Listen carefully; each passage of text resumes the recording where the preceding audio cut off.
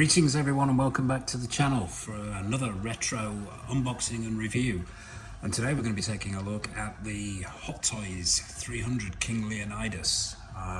Bit of a grail, allegedly. A lot of people say it's a grail. It took me a while to find it. But yeah, here it is. Here's the box. From the film of the same name, by Zack Snyder. And I will say at the outset, and this may be a bit controversial, I may make some enemies here, but I am not the biggest fan of Zack Snyder.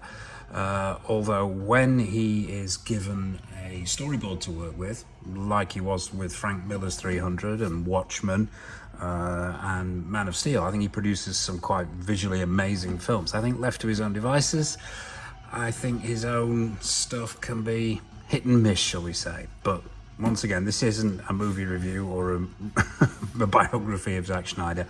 This is a look at the Grail figure itself, the King Leonidas. Took a long time to find this figure. Always wanted it in the collection. Finally managed to get it from another collector. So here he is. Let's take a quick look at the box. Relatively straightforward. It's a large box, red on the front. We've got the shield here. Obviously 300 across here, King Leonidas here. Usual Hot Toys bits and pieces at the bottom. On the side, prepare for glory, and some blood spatters. On the back, an image of the figure itself. This is the one that came with the extra head. All the usual warnings here. 300 again across the box. The inside of this box is very, very nice as well. The artwork on the actual back of the box inside the slipcover is very, very good. But we'll take a look at that when we're actually down on the table with the accessories. You'll be able to see it in the background. But yeah, so without further ado, has King Leonidas stood the test of time, or has he fallen apart? Let's dive in and take a look. Okay, so here we are down on the table with the accessories that come with the King Leonidas figures from Hot Toys. This is the interior of the box that I mentioned in the intro there. Very nice it is too. We've got a full image here now. This is the figure itself in profile, obviously with the 300 here, and then a list of credits down the side with the legendary J.C. Hong there. Who's done the head. But yeah, let's have a look at the accessories themselves. Now, not all the accessories are down on the table here. There's a couple that I've actually left on the figure, and there's a reason for that, which I will go into when we bring the figure out. But first of all, let's take a look at the weapons, and let's take a look at this belt first of all. Now, this, I mean, considering this figure was made back, I believe the figure itself was made in 2017. The film itself was 2006, as I remember. But yeah, the figure itself was made in 2017. So it's had a lot of time to age. Now I believe that this belt and sheath are pleather, and I was quite amazed. I got this from another collector, and the condition that this is actually in, considering how pleather deteriorates. Now I'm assuming this is pleather. Hopefully if I am wrong, someone will correct me in the comments section. But this, to my mind, has stood the test of time very, very well. Sheath for this sword that we'll come to shortly, but yeah, ties around the waist. There is some sign of aging here. You can see that this is coming away a little bit, but nothing but a bit of glue wouldn't sort out. And there's some nice, I mean, there's no weathering on this. It's just plain brown pleather leather, whichever it might be. We've got some studs in here. I'm not sure whether there's one missing there.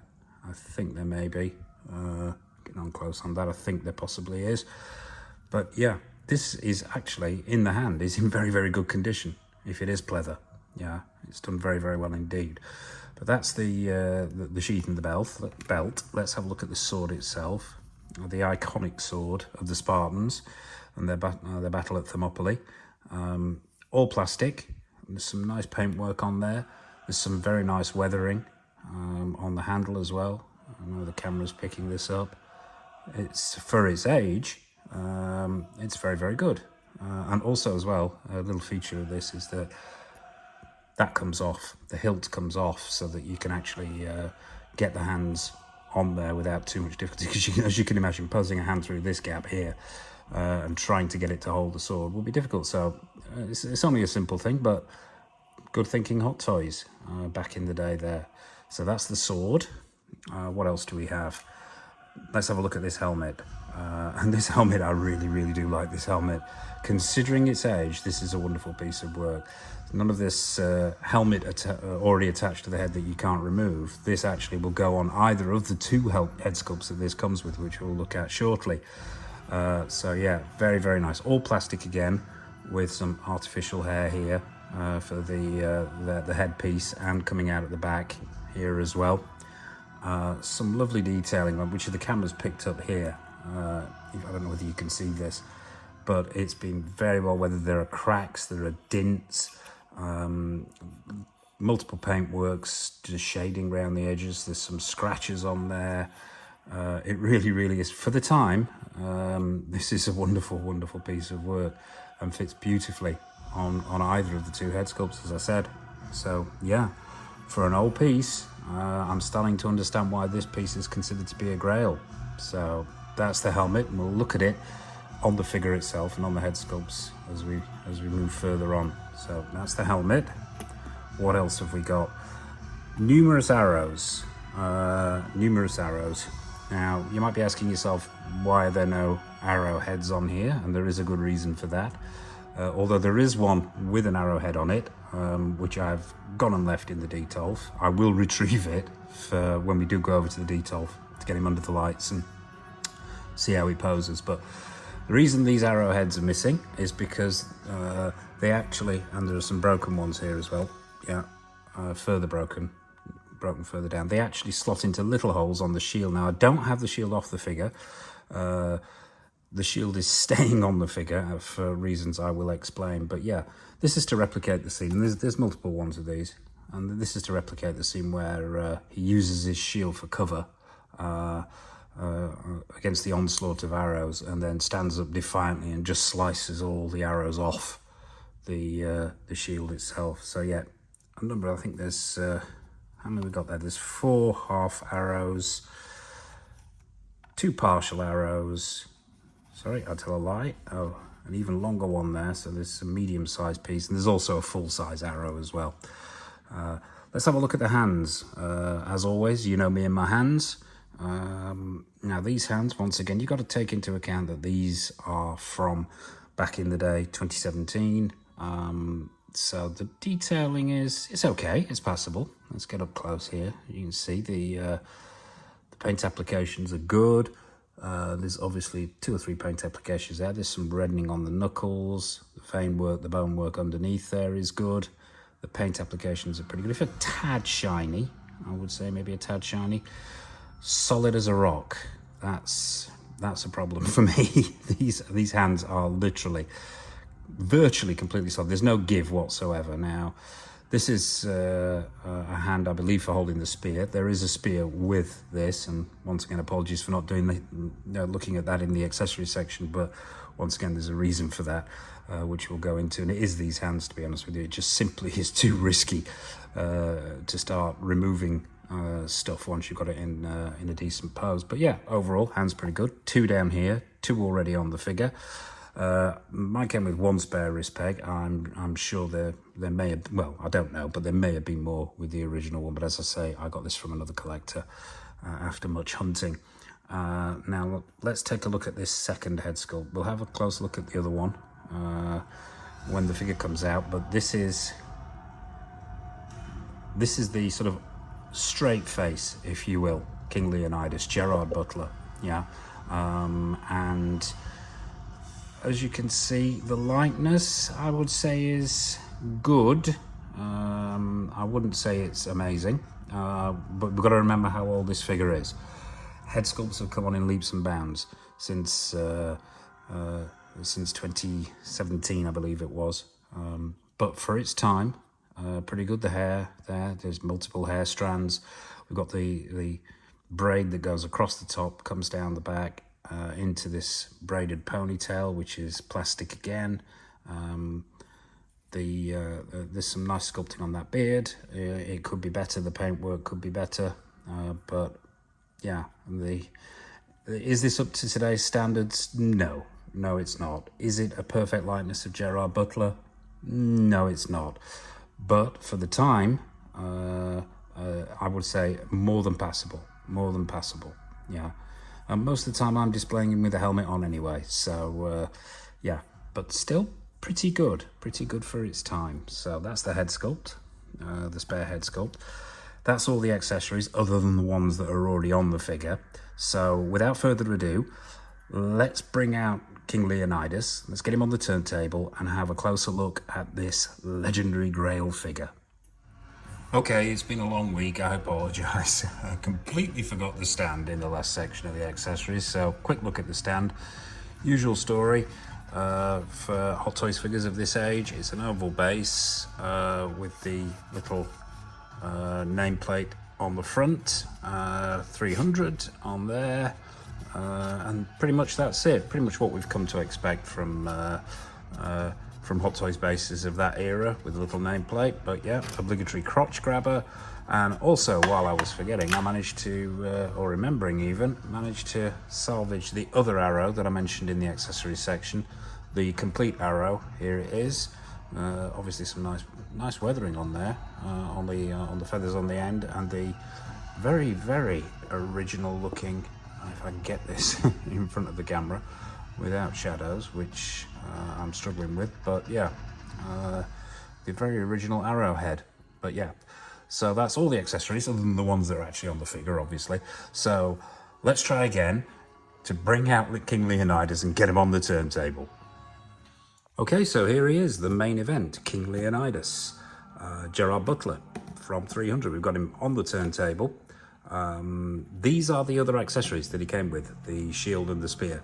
And I apologise for having to pull right out, but it's the only way I can get all of these in frame. We'll take an up close and personal look at the head sculpts and the detailing when we get him into the detail, as always.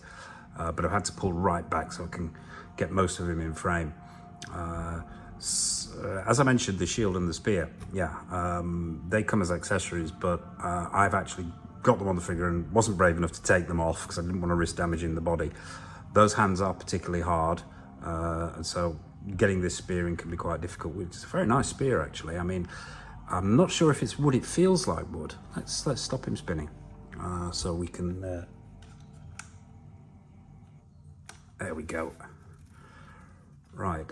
So we can get closer and look at the detailing. As I say, this spear, I believe, is wood. It feels like wood. If it isn't wood, then it's a very wood-like plastic. The bindings are nice here. These are made out of material. I'm not sure whether the camera's picking this up, but the paintwork on the spear tip is very good. It's nicely weathered. The shield itself, that's got a very nice paint job on it. Very nice indeed. The sort of gold, brass, copper, I'm not sure, but it has a fantastic metallic look, and it's and I believe it's plastic with a wooden back, but it does look exceptionally metallic. I don't know whether the camera's picking these up, but there's multiple holes in here, which are where the broken arrows go, so you can replicate the scene where he actually, as I mentioned earlier on, chops the arrows off after shielding himself. It's got multiple paint applications on here. The shading in the edges is really nice. It looks battered and weathered. There are scratch marks, there are dints and dinks all around it, chips.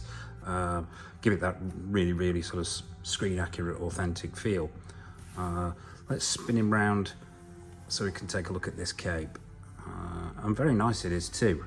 Once again, I've had a look at the film. It looks pretty screen accurate to me. It's a sort of brushed cotton material. It's got a lovely feel to it. It's got a slight sheen to it.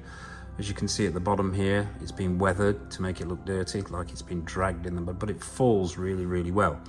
It's not wired, but I actually prefer it not wired. I don't know why, I just love the way it falls naturally.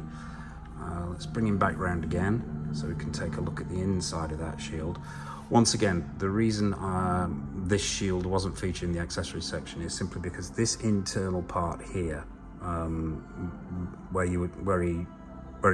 the shield is actually attached to his arm, is solid plastic, and to get it on, you have to remove the hand, slot it out, slot it back on again, reattach the hand, somehow making sure that the hand goes into this gripping part here, and it's not easy, not easy at all. And also, as well as we all know with these figures, the seamless bodies, the sort of rubber silicone bodies, do damage quite easily. I didn't want to risk damaging that arm by taking it off. But yeah, let's have a look at the rest of him. So let's start down at the feet. Now these feet are plastic. I am assuming they're pegged underneath these shin guards, which are plastic, by the way. There's no metal here, but the paint works very good. You can see the toenails, the straps are very, very well done. They're painted on, they're molded on. They're not material.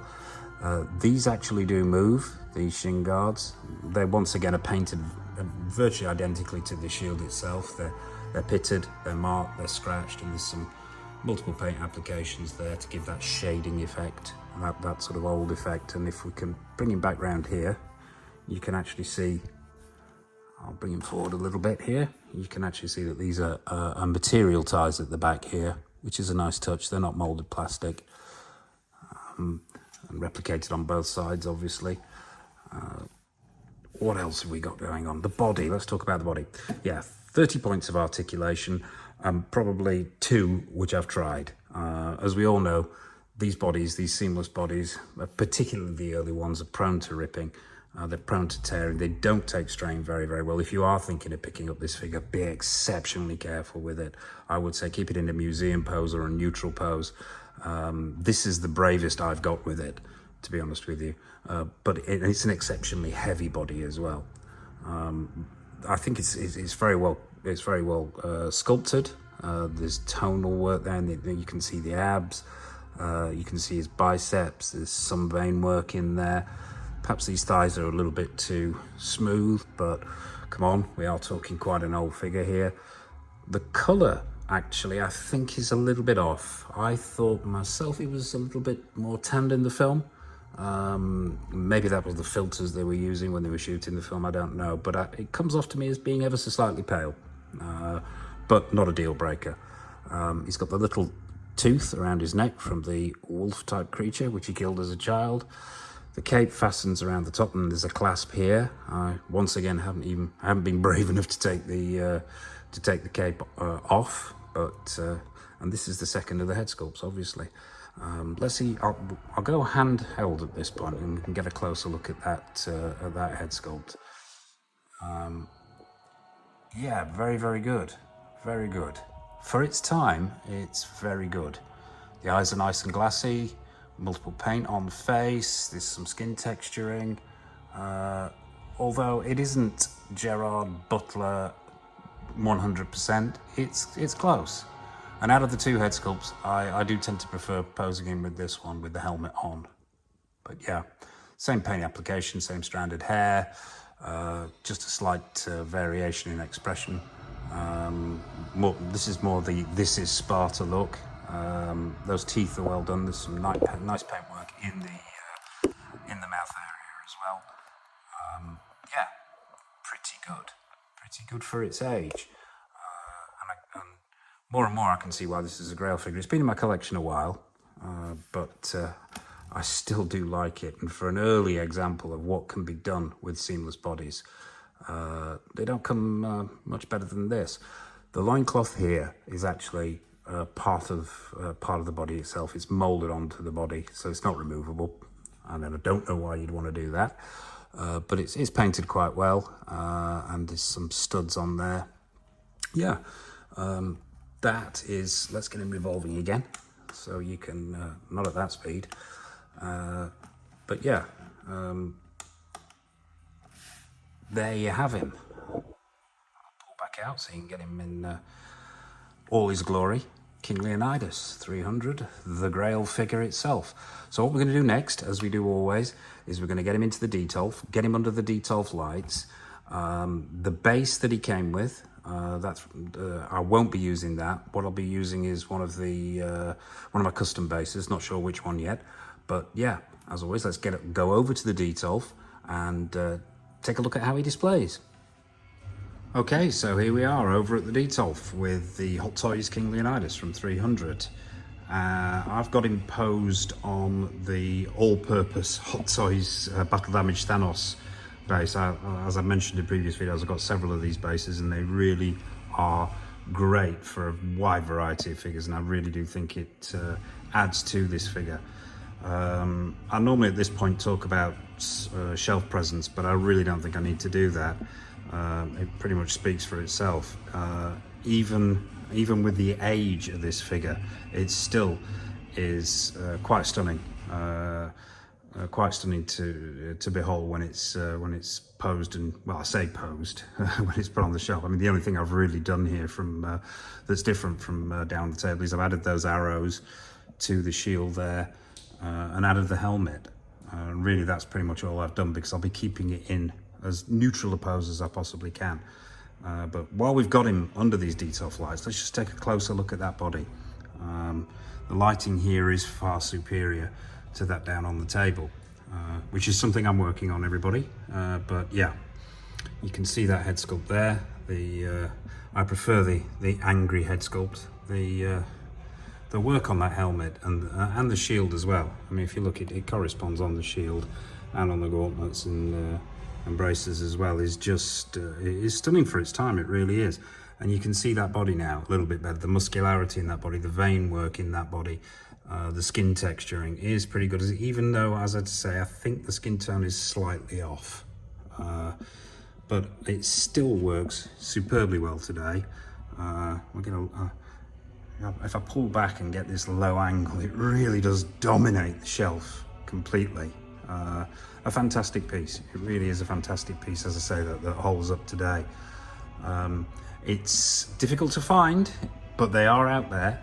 And if you do like the film, or you just like collecting classic Hot Toys figures, then most certainly one I would recommend.